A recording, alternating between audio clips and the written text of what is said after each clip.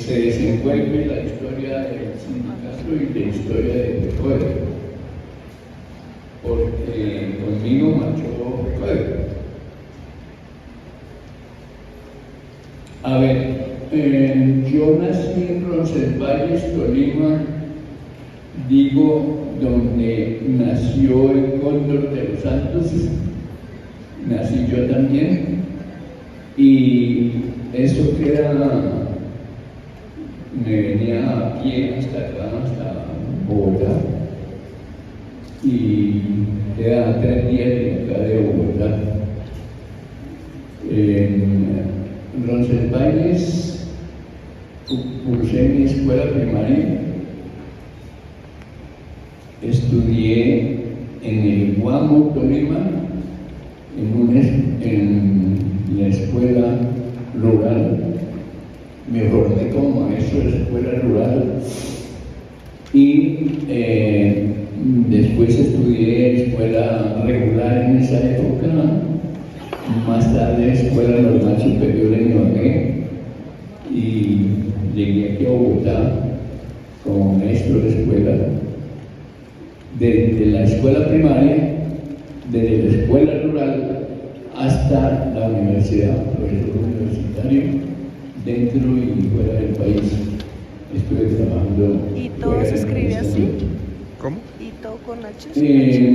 Mi historia es una Como el historia hito muy del pequeña.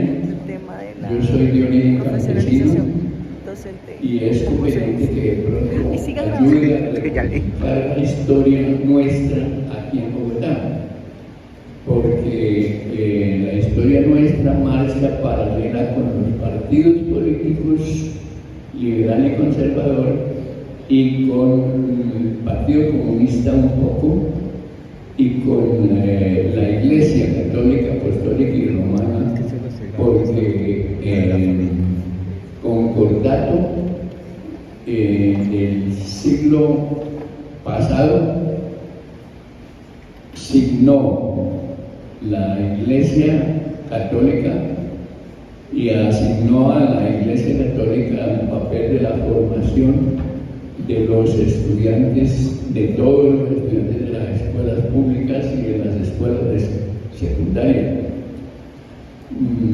Había un catecismo que se llamaba el Catecismo Astete, el padre, el sacerdote Astete, y con esta formación religiosa se desarrolló una escuela pública.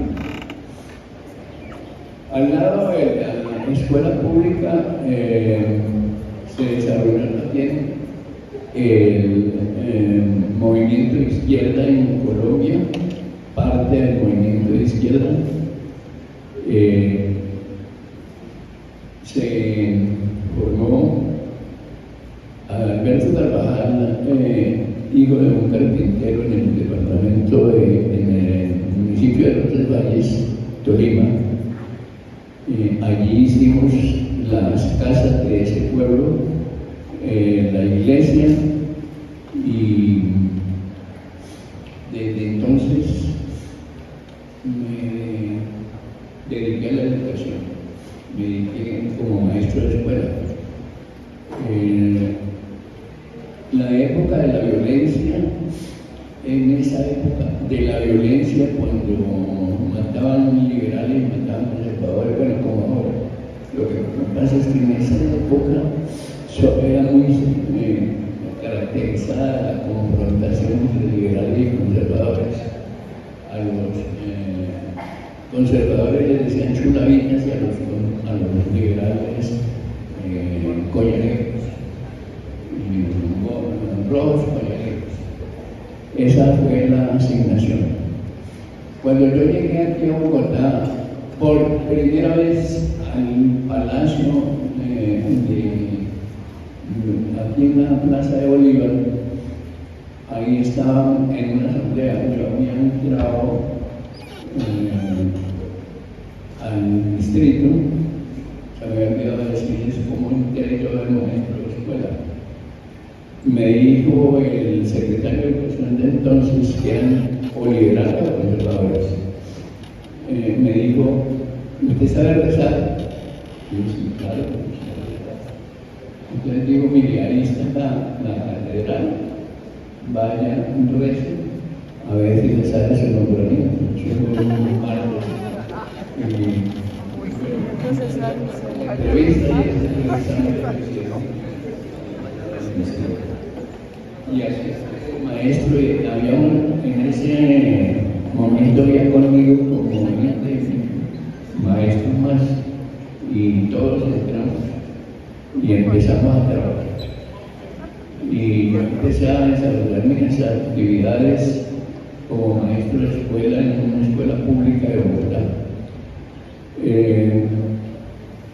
Entré a la asamblea de maestros por primera vez después de haber trabajado en el Líbano, Tolima y en Roncesvalles como maestro de escuela rural. Mi trabajo era vacunar gallinas. En esa época eso se utilizaba como método para aprender actividades rurales. Entré a una asamblea, yo nunca había asistido a una asamblea en Bogotá. Y hablaba el uno y hablaba el otro y hablaba el uno y hablaba el otro, o sea, liberales y conservadores. Y de pronto entró un maestro a quien aprendí a respetar muchísimo, de nombre Eli Rojas Amaya, comunista. Fue un ejemplo para todos los maestros de Bogotá y ese ayudó a poner un poco de orden. Y una señora que levantaba un brazo del Tolima, Felipe Suárez de Ortiz, en su casa nos reunió después de que salimos de un desorden espantoso y todos hablaban y hablaba el uno y hablaba el otro y hablaba el otro y el otro. Entonces yo me subí a la mesa del comedor de la casa de la señora Felisa y ahí, y el que quiera hablar me pide la palabra y empecé a si quieren hablar me piden la palabra y ahí empezó mi carrera sindical en ese momento. Luego ahí eran liberales, yo era de los liberales chusqueros y los godos de Boyacá. Nos caracterizamos por el trabajo especialmente de las mujeres. Las mujeres han sido número uno, las compañeras siempre adelante en la defensa de la educación, en la organización, en la reflexión, en la meditación, en la construcción de la organización sindical. Marchaban paralelas a la iglesia, el sindicalismo y la organización de los trabajadores.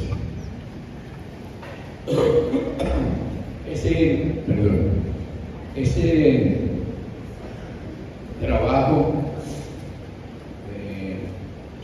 marchó paralelo, por supuesto, con la historia del país.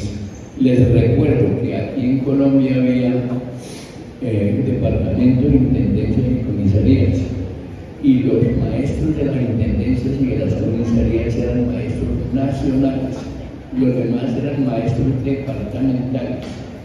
Y al lado de eso empezó a surgir una legislación tímida de 1936, la ley del escalafón que todavía siguen ustedes en la pelea.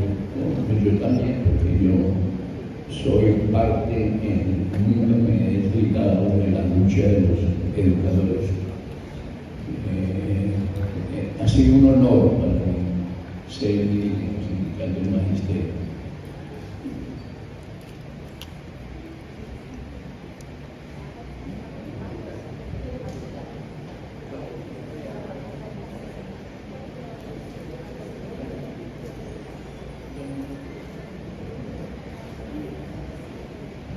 Bueno, ya, maravilloso. Le estaba diciendo, tiene muy poco tiempo, yo también tengo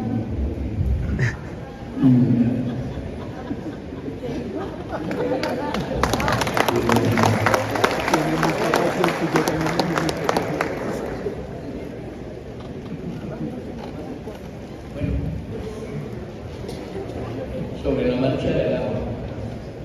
Como no pagaban, entonces nosotros hacíamos de todo para poder conseguir que en los estancos, que era donde se recogían las rentas con la venta del aguardiente, pudiéramos recibir el pago puntual.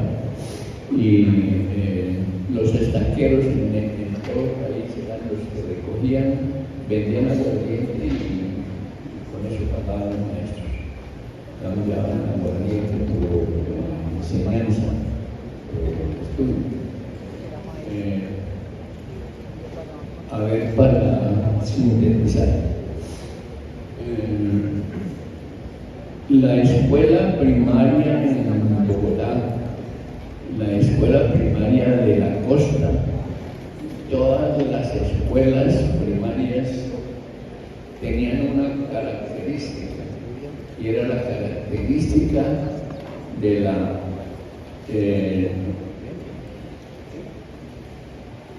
gratuidad por un lado, por supuesto, y la influencia de los líderes que se fueron destacando poco a poco, especialmente mujeres, hasta que se construyó la Federación Colombiana. Primero fue la Asociación Nacional de Educadores en el sector técnico, y luego la escuela primaria que sirvió de base aquí en Bogotá para la Asociación Distrital de Educadores primero, posteriormente la Sociedad de Institutores de Bogotá, luego se unieron los dos sindicatos, desaparecimos los otros sindicatos y juntamos uno solo. Y en la época de Alberto Lleras Camargo, cuando hicieron el pacto de Sichis con Adriano Gómez, en esa época, en el Teatro de Colón, se hizo la asamblea de fundación de la Federación Colombiana de Educadores. Como no pagaban, y ustedes están interesados en conocer esto de la marcha del hambre, se nos ocurrían cualquier cantidad de cosas. Salíamos a la calle, manifestábamos, gritábamos, rezábamos, bueno, de todas estas locuras. Yo me vine de Santa Marta, que había estado 8 meses gritando por las calles, luchando para que me pagaran los maestros de Monterrey. Y luego me llamaron y me dijeron, sí, mamá. Yo les dije, hagamos una cosa loca, una marcha de la La idea era que llegáramos a un pueblo y ahí nos subíamos en un bus y luego caminábamos. Duramos 33 días en esa marcha desde Santa Marta. Me llamaron y me dijeron que se venga el día que encabeza la marcha, yo estaba en de Santa Marta, y empezamos en primer lugar, organizamos brigadas. Antonio Camino,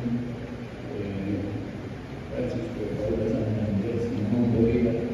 Con los próceres de la independencia hicimos botines, las brigadas que llamamos nosotros y por todo el camino. Al comienzo, pues todos muy motivados, salimos de Santa Marta 700 personas con radio, música, con todas las garantías y con la felicidad más grande hacia Bogotá. Y cuando llegamos a Ciénaga, el primer puerto destino, solo llegamos de los 700, llegamos 80. Y de Ciénaga hasta acá llegamos 70 y posteriormente se iban agregando, llegaban de una parte y salían de otra, llegaban de una parte y salían de otra. La guerrilla se nos unió y nos apoyó, nos respaldó. En esa época del ELN,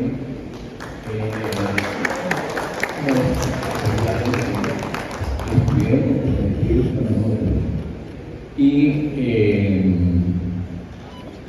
estuvimos con toda en todas las partes, toda la política, todos los politiqueros de los pueblos respaldándolos, los padres de familia, los estudiantes. Entonces se fue consolidando un movimiento a nivel nacional de maestros, padres de familia y estudiantes.